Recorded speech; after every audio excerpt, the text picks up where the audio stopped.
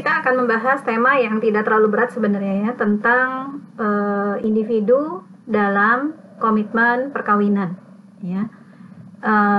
Di sini mungkin kalian yang berminat untuk mengikuti mata kuliah ini bisa mungkin salah satu tujuannya adalah bisa belajar gitu ya, bisa belajar bagaimana sih caranya ketika nanti menikah gitu, kemudian punya anak, dan bagaimana bisa berkomitmen di dalam pernikahan ya, sehingga pernikahan itu bisa berjalan dengan baik ya.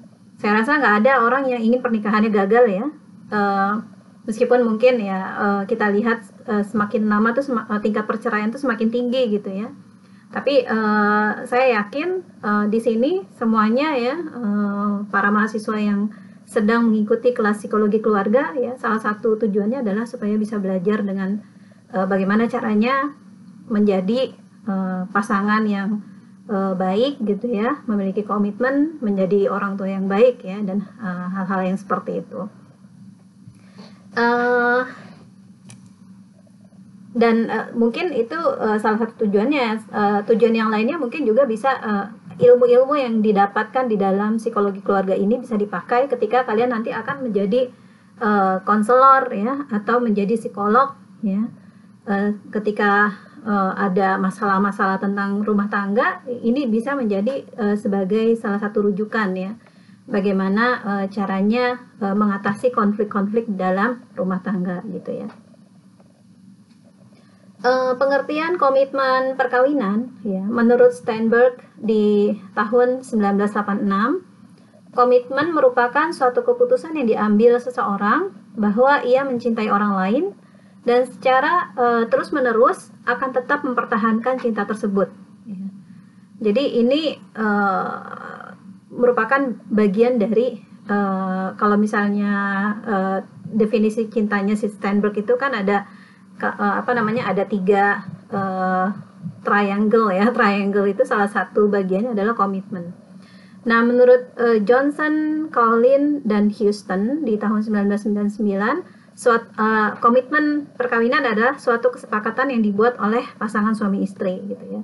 Jadi ketika seorang sudah menetapkan bahwa dia akan memasuki gerbang pernikahan, maka dia harus juga mulai membuat sebuah komitmen ya, bahwa ini adalah pasangan yang saya pilih gitu ya.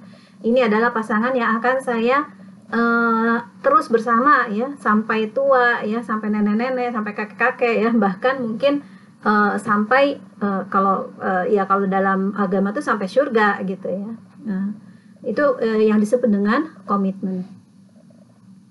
Nah, kemudian Impact ya, Bills dan Peplow ya, tahun 2001, komitmen pernikahan dapat menjaga stabilitas hubungan pernikahan. Jadi kalau kita sudah memiliki komitmen ya, nggak tengok kanan tengok kiri lagi setelah menikah, maka biasanya hubungan pernikahan itu menjadi stabil ya. Jadi ketika seorang yang sudah masuk ke dunia pernikahan, dia menganggap bahwa kita sekarang adalah satu tim.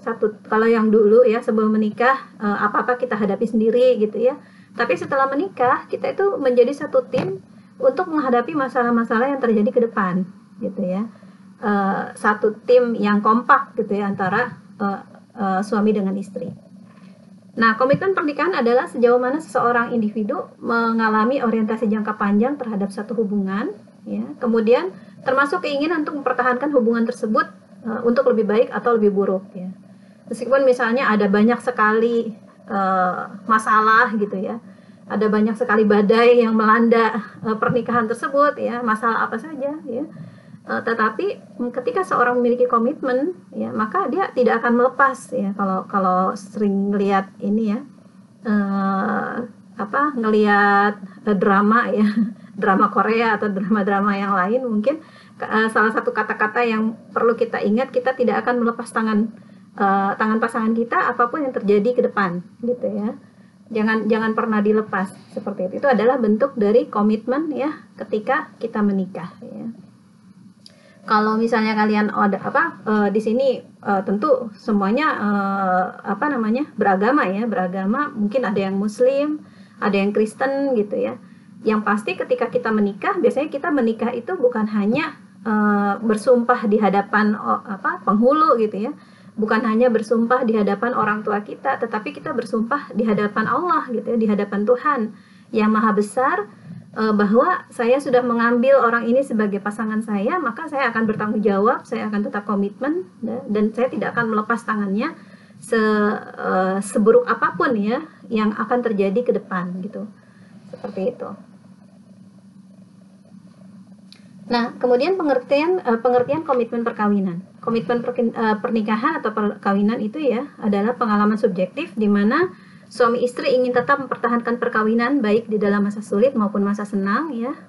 Kemudian merasa secara moral harus bertahan dan merasa terbatasi agar tetap berada dalam perkawinan. Maksudnya terbatasi adalah ketika dia sudah berkomitmen menikah dengan seseorang, maka dia akan membatasi pergaulannya ya, membatasi pergaulan bukan sebagai sahabat, maksudnya membatasi pergaulannya dengan lawan jenis ya, dan juga sehingga dia hanya tetap bisa berkomitmen pada pasangannya gitu, istrinya atau suaminya.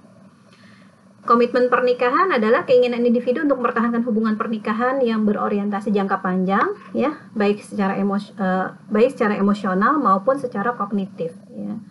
Jadi biasanya tuh pernikahan itu kan naik turun gitu. Kadang-kadang kita merasa bete ya ketemu dengan pasangan kita, apalagi kalau misalnya udah kenal banget gitu ya. Di dalam satu pernikahan tuh kita nggak bisa pakai topeng kan ya. Jadi mau nggak mau apapun yang kita miliki baik jelek maupun bagus itu pasti kelihatan gitu ya di hadapan pasangan kita gitu. Nah, kadang-kadang juga secara emosi juga naik turun rasa suka seseorang itu ya. Kadang-kadang saya benci banget sama dia gitu ya ketika dia berperilaku tertentu gitu. Misalnya kalau perempuan itu suka bete kalau misalnya melihat pasangannya itu lebih seneng main HP dibanding ngobrol sama dia gitu ya ketika bersama gitu ya. Atau misalnya laki-laki itu kalau misalnya dia sedang bete itu nggak mau dengar pasangannya tuh cerewet gitu atau marah-marah gitu ya di hadapan dia. Nah, perasaan itu naik turun ya. Kadang-kadang rasa suka itu juga naik turun gitu ya. Nah, inilah yang harus kita jaga gitu. Ketika seorang sudah menikah, maka dia secara emosi juga harus menetapkan bahwa apapun yang dimiliki oleh pasangan saya, baik atau buruk, maka saya akan tetap berkomitmen gitu. Saya akan menerima dia, kekurangan-kekurangannya, kelebihan-kelebihannya gitu ya. Saat dia marah, saat dia sedih, saat dia menjengkelkan, itu adalah merupakan seperti semacam pagar gitu. Komitmen pernikahan itu semacam pagar yang membuat kita terus berada di dalam satu hubungan dengan pasangan kita ya. Dan juga misalnya secara kognitif ya, kognitif itu misalnya kadang-kadang ada orang menjalin hubungan, apa sih untungnya buat saya berhubungan dengan dia gitu misalnya. Nah, hal-hal yang seperti ini tentu perlu kita perbaiki ya, cara berpikir seperti ini gitu, bahwa kita tuh menikah ya tentu mungkin kalau di dalam agama itu niatnya untuk beribadah gitu ya. Kita juga menikah untuk membangun komitmen ya. Kita menikah biasanya untuk membuat diri kita bisa berbagi beban ya dengan pasangan kita gitu ya. Nah, ketika misalnya pasangan kita sedang berada di dalam kondisi yang ya apakah sakit gitu ya, maka pikiran-pikiran negatif ya tentang pernikahan tersebut perlu kita atur lagi kita kita perbaiki ya pikiran-pikiran yang negatif tersebut seperti itu. Nah, aspek-aspek komitmen di dalam perkawinan ya. Apa aja sih aspek-aspek komitmen ya yang bisa mendukung aspek-aspek yang bisa mendukung komitmen kita terhadap dalam perkawinan gitu ya. Yang pertama adalah komitmen pribadi atau personal. Jadi masing-masing orang tuh punya komitmen ya, komitmen terhadap pernikahan tersebut ya. Sejauh mana individu ingin tinggal dalam satu hubungan ya. Kalau orang pacaran sekalinya nggak suka gitu ya, atau misalnya ada satu masalah ya, bisa aja dia gampang pisah gitu, karena memang tidak ada komitmen yang kuat ya. Tetapi kalau udah menikah, maka ada sumpah gitu ya, ada ijab kabul, ada pembagian pengalihan tanggung jawab ya dari orang tua ke suami gitu ya. Kemudian juga pengalihan tanggung jawab dari diurusi oleh orang tua terus akhirnya diurusi oleh istri gitu ya. Jadi ada komitmen pribadi dan personal yang seharusnya orang tuh sadar ketika dia sudah memilih untuk menikah, maka inilah tanggung jawab yang harus saya lakukan ya, yang harus saya laksanakan gitu sebagai suami atau sebagai istri. Yang kedua adalah komitmen moral ya. Individu secara moral berkewajiban untuk melanjutkan hubungan perkawinan ya. Jadi tadi kalau tadi adalah komitmen pribadi, yang kedua adalah komitmen moral. Ketika seorang mengucapkan sumpah, janji, ikrar ya dalam pernikahan, maka di situ sudah ada konsekuensi moral ya yang harus ditanggung oleh kedua belah pihak ya. Jadi ada komitmen moral yang harus kita miliki ya. Nah, individu secara moral berkewajiban untuk melanjutkan hubungan perkawinan ya. Makanya nggak gampang kalau dia punya komitmen moral ini, dia nggak akan gampang memutuskan untuk bercerai gitu ya. Dia nggak akan gampang untuk ketika dia benci sama suaminya, dia nggak akan teriak dan minta cerai seperti itu. Yang ketiga ya, komitmen struktural. Di sini keinginan bertahan dalam satu hubungan karena adanya faktor penahan dalam hubungan tersebut yang menghambatnya untuk meninggalkan hubungan. Ya, di sini kalau komitmen struktural itu bahwa dia misalnya dia sudah menjadi suami istri, dia sudah menjadi ibu dan ayah gitu ya. Dia adalah kepala keluarga atau dia adalah ibu yang bertanggung jawab terhadap anak-anaknya. Kemudian juga dia misalnya adalah anak-anak yang bertanggung jawab terhadap orang tuanya gitu.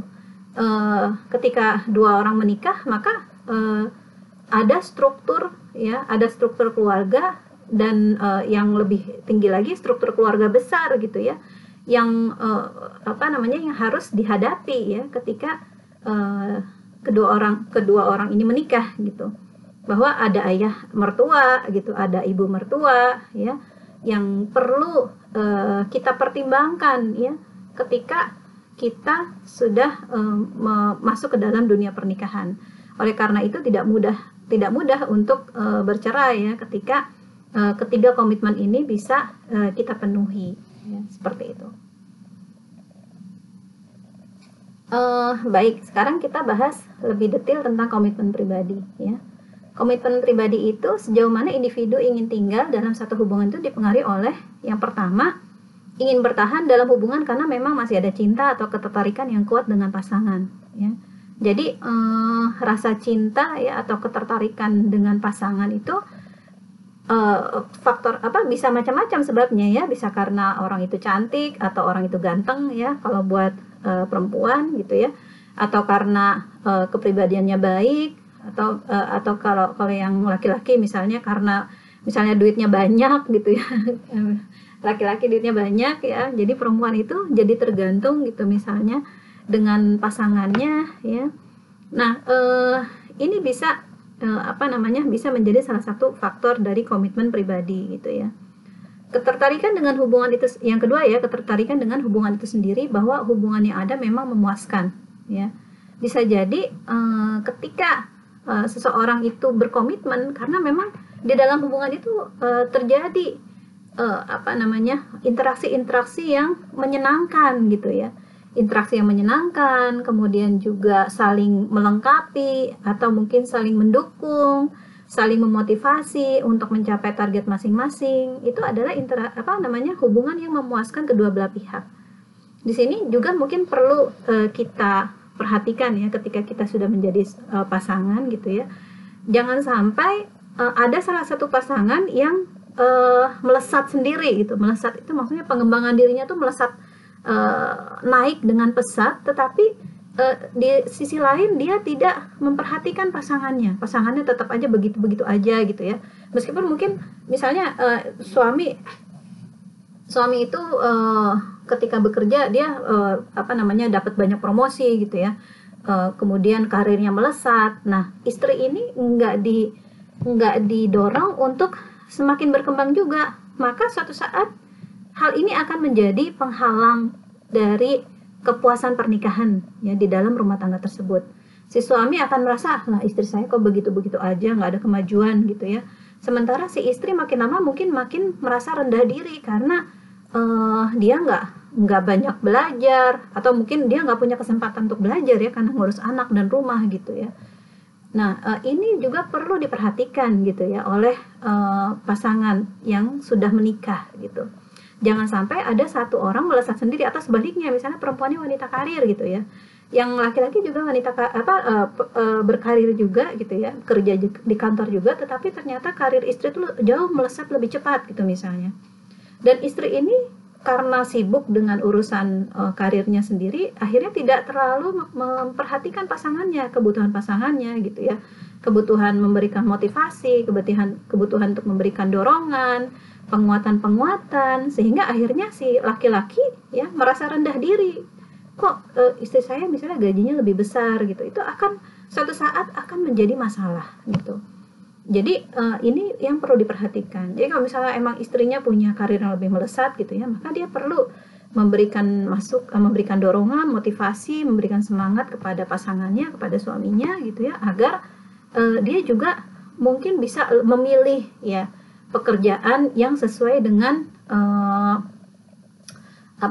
yang sesuai dengan bakatnya gitu ya, minatnya gitu, passionnya ya, sehingga dia menikmati pekerjaan tersebut dan bisa berkembang dengan baik dalam pekerjaan tersebut ya.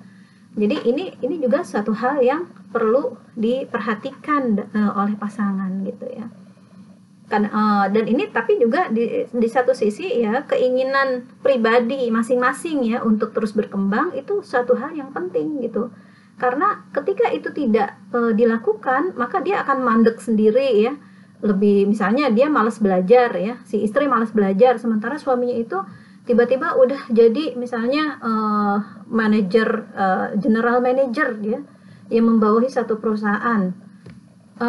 Istri merasa malu misalnya kalau misalnya dia malas belajar, akhirnya nggak berkembang, nggak bisa meningkatkan pengetahuannya dia, nggak bisa memperluas wawasan dia ketika dia harus bertemu dengan pasangan-pasangan dari kolega suaminya gitu ya, mungkin dia akan merasa rendah diri ya, seperti itu. Jadi hubungan yang memuaskan ini perlu diperhatikan gitu ya. Kemudian yang ketiga adalah identitas sebagai pasangan gitu ya. Jadi suami melakukan kewajibannya sebagai suami dan istri melakukan kewajibannya sebagai istri. Ini juga merupakan komitmen pribadi yang perlu dipenuhi ya. Jadi memahami hak dan kewajiban masing-masing itu juga penting gitu ya. Memahami hak dan kewajiban sebagai suami dan memahami hak dan kewajiban sebagai istri. Dan juga suami memahami hak dan kewajiban istrinya, istri juga memahami hak dan kewajiban suaminya. Ini juga merupakan hal yang penting yang harus dimiliki oleh pasangan. Jadi dia udah tahu aturan mainnya gitu ya ketika menjadi suami. Dia udah tahu aturan mainnya ketika menjadi istri ya.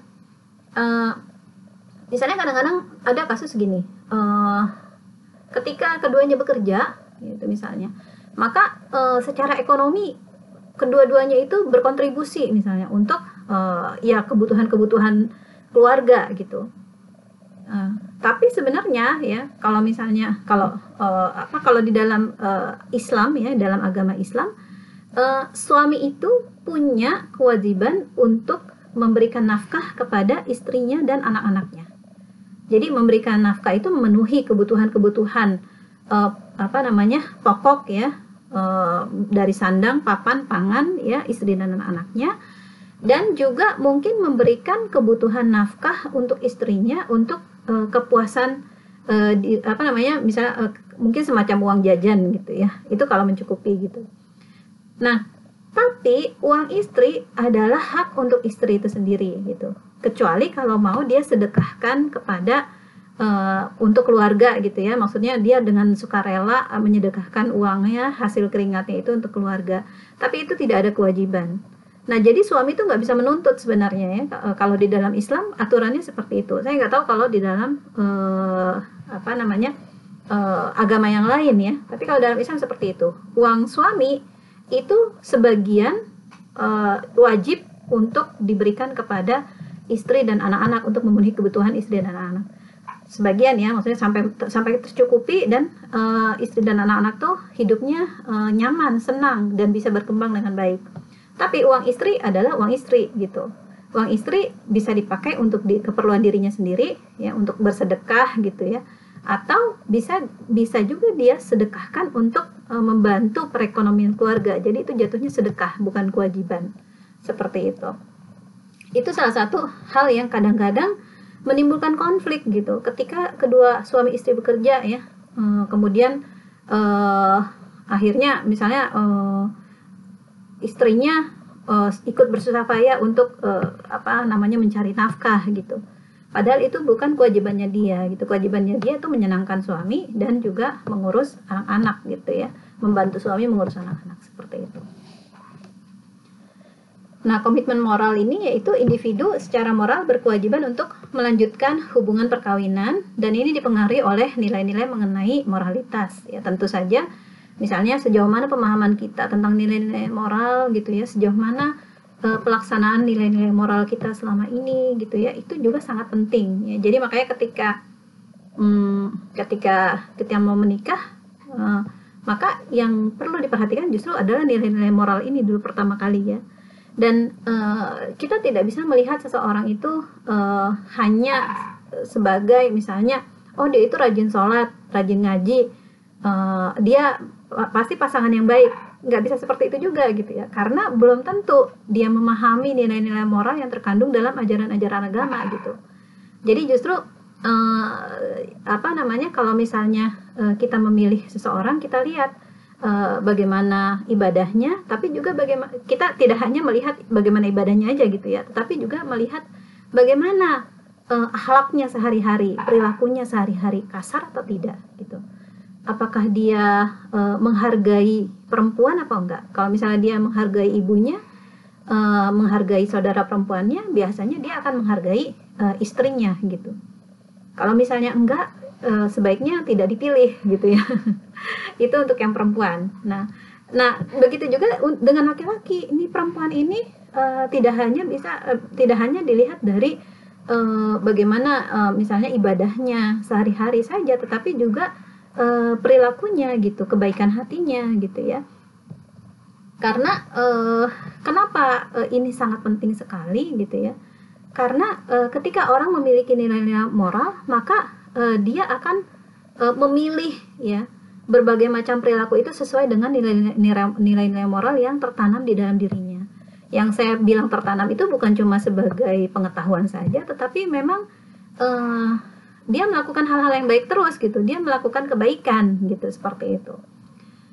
Nah, dengan begitu biasanya rasa percaya itu timbul ya, rasa saling percaya, rasa saling menghormati, kemudian saling menjaga ya nilai-nilai moral ya, terutama juga ketika berhubungan dengan orang di luar lawan jenis ya, termasuk ketika berhubungan dengan ipar ya, kakak ipar atau adik ipar yang lawan jenis ya, itu akan terlihat dan akan menjadi fondasi yang kuat ya, akan menjadi fondasi yang kuat di dalam satu pernikahan. Belum lagi nilai-nilai moral atau perilaku yang baik itu tentu akan dicontoh oleh anak-anak ya. Kalau misalnya itu nggak ada, ya saya nggak kebayang keluarga seperti apa yang akan dihasilkan oleh orang-orang yang secara moral itu kurang baik ya, seperti itu. Yang kedua, perasaan bertanggung jawab secara pribadi terhadap orang lain ya. Kita ketika udah menikah, maka dia punya tanggung jawab ya, secara pribadi terhadap pasangannya ya, kemudian terhadap anak-anaknya ya, kemudian terhadap keluarga besarnya gitu ya, seperti itu. Yang ketiga, adanya nilai konsistensi di dalam hubungan ya. Jadi konsisten atau tidak ya di dalam menjalin satu hubungan, yaitu perlu diperkuat ya,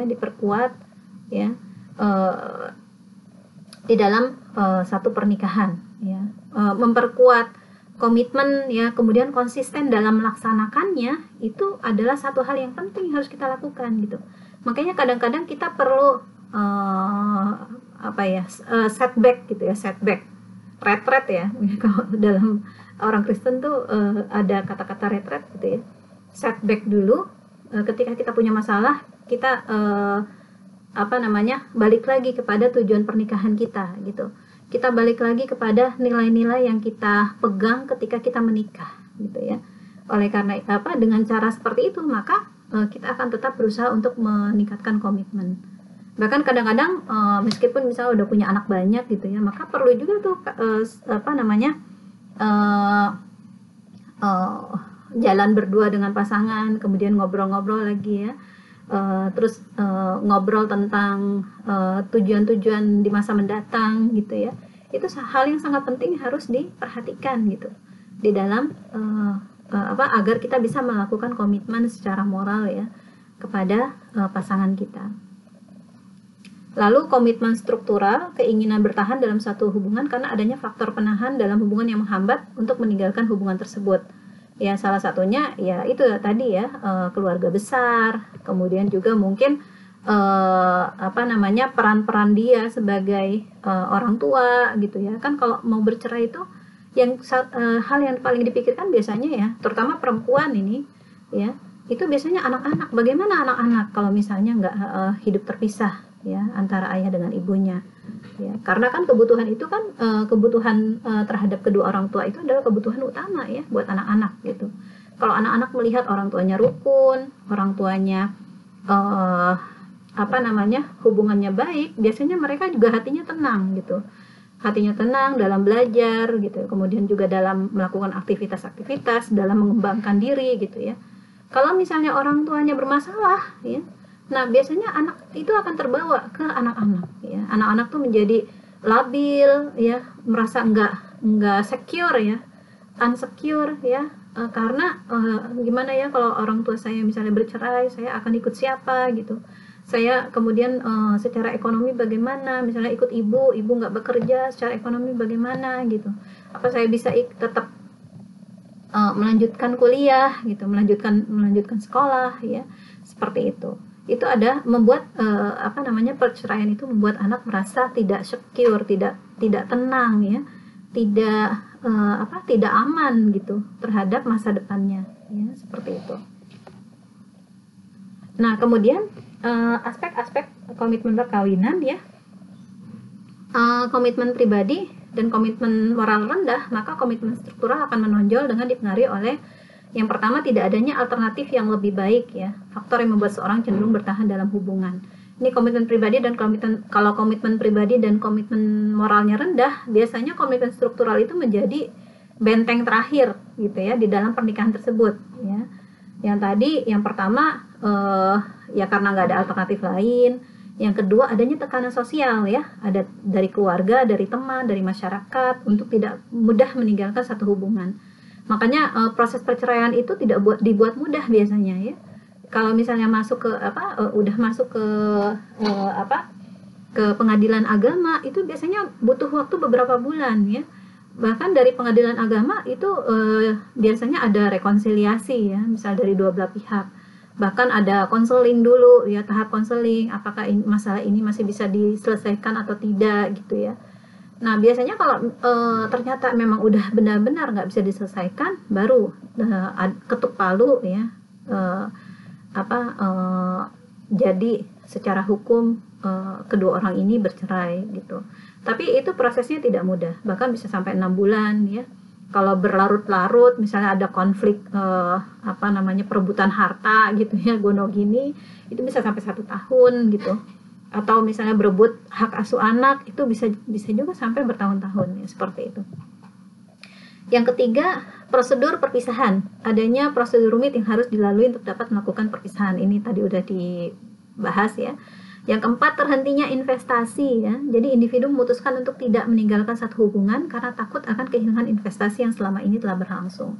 Nah, ini biasanya masalah harta gono gini ya. Apalagi misalnya tadi ya, kalau misalnya ada kedua belah pihak itu sama-sama bekerja, terus kedua belah pihak itu sama-sama misalnya membeli rumah. Nah, ini rumah kan besar ya, rumah itu besar, mahal ya, tapi uangnya itu berdua gitu, pakai uang berdua. Nah, ini lebih sulit lagi ketika nanti ketika bercerai ya. Makanya ini menjadi investasi sebenarnya, investasi masa depan kan. Rumah itu salah satu investasi masa depan yang perlu mungkin dipertimbangkan gitu. Nah, kalau misalnya kedua, makanya tadi ada pemisahan uang suami dengan uang istri ya, terutama dalam masalah nafkah ya, karena kewajiban untuk memberi nafkah itu adalah pada suami ya, termasuk juga menyediakan rumah, menyediakan segala macam ya, untuk kebutuhan pokok ya bagi anak istri dan anak-anaknya. Kemudian cara-cara menjaga komitmen perkawinan ya, beberapa cara dalam menjaga komitmen perkawinan adalah senantiasa mawas diri jika mulai jenuh dengan pasangan ya. Yang kedua, terus berusaha mencari sisi positif yang dimiliki oleh pasangan ya. Jadi mawas diri ya. Jadi kadang-kadang ketika orang sibuk ya dengan dengan pekerjaan ya, sudah mulai jarang komunikasi, mulai jarang curhatan antara suami istri, antara pasangan gitu ya. Maka biasanya udah timbul kejenuhan gitu. Apalagi misalnya dia melihat laki-laki gitu ya, di luar di tempat kerjanya tuh pegawai-pegawai ya, staf-staf pegawai perempuan itu cantik-cantik gitu ya. Kemudian juga mereka rapi-rapi kalau kerja, bajunya seksi gitu misalnya. Tapi ketika pulang ke rumah, istrinya yang udah capek ngurusin anak, ngurusin rumah, masak segala macam, kok lusuh gitu ya penampilannya. Akhirnya suami lama-lama mulai jenuh gitu dengan penampilan sang istri yang seperti itu gitu ya. Sebenarnya itu kan kelihatannya nggak adil ya. Nggak maksudnya kalau mau ya, kalau istrinya nggak boleh lusuh ya, suami harus memberikan fasilitas ya, misalnya ada mbak yang bantuin gitu ya, atau istri dikasih uang lebih misalnya untuk perawatan badan gitu ya, ke salon. Nah, jadi tapi hal-hal seperti itu bisa saja terjadi gitu, apalagi misalnya dalam pasangan muda ya, pasangan muda yang mungkin secara ekonomi masih belum stabil ya, seperti itu. Yang kedua, terus berusaha mencari sisi positif yang dimiliki oleh pasangan ya. Jadi terus makanya ketika kita sudah menikah, bahkan misalnya kita udah lulus terus menikah gitu ya, jangan sampai kita berhenti belajar gitu. Jangan sampai kita berhenti belajar banyak hal. Jangan sampai kita jadi mandek, terutama nih yang perempuan ya, kalau misalnya emang memilih untuk nggak bekerja, tapi minimal dia tetap bisa beradaptasi ya, bisa meningkatkan kualitas dirinya gitu ya. Misalnya ikut kursus-kursus singkat ya, atau misalnya ikut kegiatan-kegiatan sosial, ikut organisasi di masyarakat gitu ya, sehingga dia tetap update ya. Perempuan itu bisa tetap update, bisa tetap merasa berharga ya, karena dirinya bermanfaat untuk masyarakat ya, meskipun secara ekonomi dia tergantung kepada suaminya ya, tergantung penuh pada suaminya. Nah, ketika kedua orang ini sama-sama berkembang terus, maka setiap orang tuh akan merasa selalu ada yang baru ya, selalu ada kelebihan baru yang dimiliki oleh pasangannya gitu. Pasangannya tuh nggak mandek, nggak stagnan, tetapi selalu ada yang baru gitu ya. Dan biasanya keduanya ya, sikap saling menghargai, saling mendorong, saling memberikan dukungan kepada pasangan itu adalah satu hal yang sangat penting sekali, sehingga kita selalu mendapatkan sisi positif dari pasangan kita ya. Makanya mungkin kalau jadi suami itu nggak boleh egois juga gitu ya, istrinya dipaksa di rumah ya, nggak boleh kerja, nggak boleh ngapain nggak boleh melakukan apapun, nggak boleh belajar gitu misalnya, istrinya cuma boleh di rumah ngurus anak, ngurus rumah gitu ya, lusuh lah lama-lama gitu ya perempuan kalau seperti itu gitu. Tapi kalau misalnya suaminya memberikan dukungan, boleh istrinya keluar belajar hal yang baru gitu ya, atau ikut aktif di lingkungan, kemudian mengikuti banyak perkembangan, tentu dia yang akan mendapatkan buahnya juga gitu. Istri yang cerdas, istri yang bisa memberikan masukan ketika suaminya punya masalah, itu merupakan istri yang bisa diajak berbagi beban ketika ada masalah, itu merupakan satu keuntungan gitu buat pihak laki-laki juga sebenarnya gitu ya. Dan tentu saja istri yang cerdas ini adalah istri akan menjadi ibu yang sangat berperan penting dalam pendidikan anak-anak ya. Jadi kalau nggak salah saya ada pertanyaan ya di forum, apakah kenapa keluarga itu dianggap menjadi satu hal yang penting untuk ketahanan nasional gitu ya, atau ketahanan negara. Saya lupa redaksinya, tapi intinya seperti itu. Jadi kalau misalnya satu keluarga yang kuat itu kan akan menghasilkan anak-anak yang anak-anak yang berkualitas kan. Kalau pasangan ini punya komitmen yang tinggi, kemudian kedua-duanya orang-orang yang cerdas gitu ya, kemudian istrinya pintar dan dia juga akan mendidik anak-anaknya supaya jadi pintar, maka dia akan mendidik generasi masa depan gitu. Kalau istilah yang mungkin kalian perlu tahu ya tentang iron stock itu cadangan keras ya. Yang dimaksud dengan iron stock itu biasanya cadangan SDM negara kita yang berkualitas gitu. Kalau misalnya kita menjadi orang tua yang hebat, kita punya anak-anak yang hebat, maka otomatis suatu saat anak-anak kita yang hebat itu tentu akan menjadi SDM ya di negeri kita yang di Indonesia, SDM yang berkualitas dan memberikan kontribusi pada pembangunan ya, memberikan kontribusi terhadap kejayaan dari Indonesia ya. Jauh banget sih sebenarnya. Tapi intinya seperti itu. Kalau keluarganya kuat, bayangin kalau misalnya kita punya keluarga yang kuat, tangguh, cerdas, kemudian secara emosi semuanya tercukupi ya. Orang-orang yang sehat secara mental dan fisik ya, maka tentu saja ini menjadi satu batu bata yang kuat ya untuk membangun satu negara yang kuat ya. Kalau banyak batu bata yang seperti ini, tentu negara itu akan menjadi kuat. Tapi kalau misalnya batu batanya gampang hancur gitu ya, misalnya batu batanya sekali kena sentil aja ya udah langsung rubuh gitu ya. Maka bagaimana Indonesia itu bisa menjadi satu negara yang kuat ya, seperti itu. Yang keempat, apa yang tidak kita sukai saat dari pasangan bisa jadi dulunya merupakan hal yang telah membuat kita jatuh cinta ya. Bentar ya, ini ada ini dulu. Ada ya.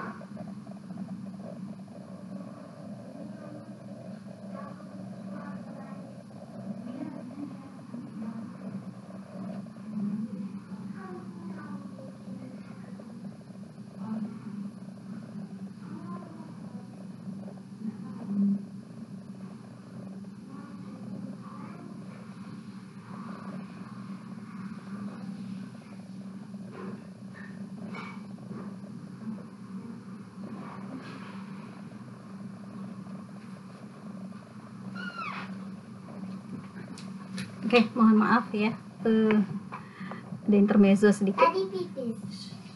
Apa yang kita tidak sukai saat ini dari pasangan kita bisa jadi dulunya merupakan hal yang membuat kita jatuh cinta gitu ya. Misalnya contohnya, kadang-kadang misalnya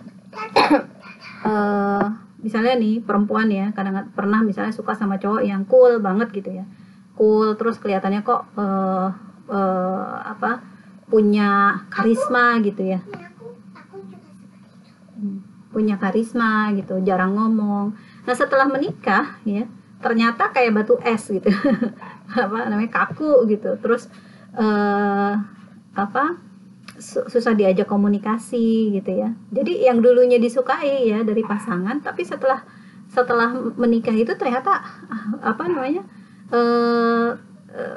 beda gitu. Maksudnya ternyata rasa suka itu ternyata tidak bisa bertahan karena sifatnya itu gitu ya. Kadang-kadang bete sendiri, nggak bisa diajak komunikasi gitu, seperti itu. Nah, apa rahasia dari kesuksesan pernikahan? Beberapa rahasia ya agar pernikahan itu sukses ya. Yang pertama tentu adanya komitmen ya. komitmen yang tadi kita udah bahas panjang lebar gitu ya. Kemudian yang kedua menjaga keharmonisan ya. Jadi kita berusaha supaya hubungan kita tetap harmonis, tetap langgeng ya. Tentu saja seperti yang udah pernah kita bahas sebelum-sebelumnya ya, bahwa masalah komunikasi, terus penghargaan yang terus-menerus ya, dukungan ya, motivasi kepada pasangan itu adalah hal-hal yang bisa dipenuhi ya untuk menjaga keharmonisan dalam keluarga. Lalu adanya kasih sayang, lalu komunikasi yang baik antar pasangan, dan juga religiusitas di dalam rumah tangga terjaga. Nah, ini bisa kita lihat beberapa kasus tentang kasus perceraian ya.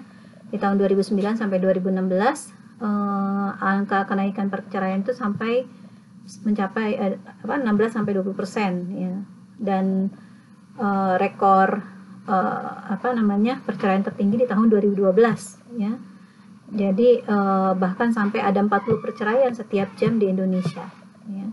Dan 70% yang mengajukan gugatan cerai itu biasanya adalah perempuan.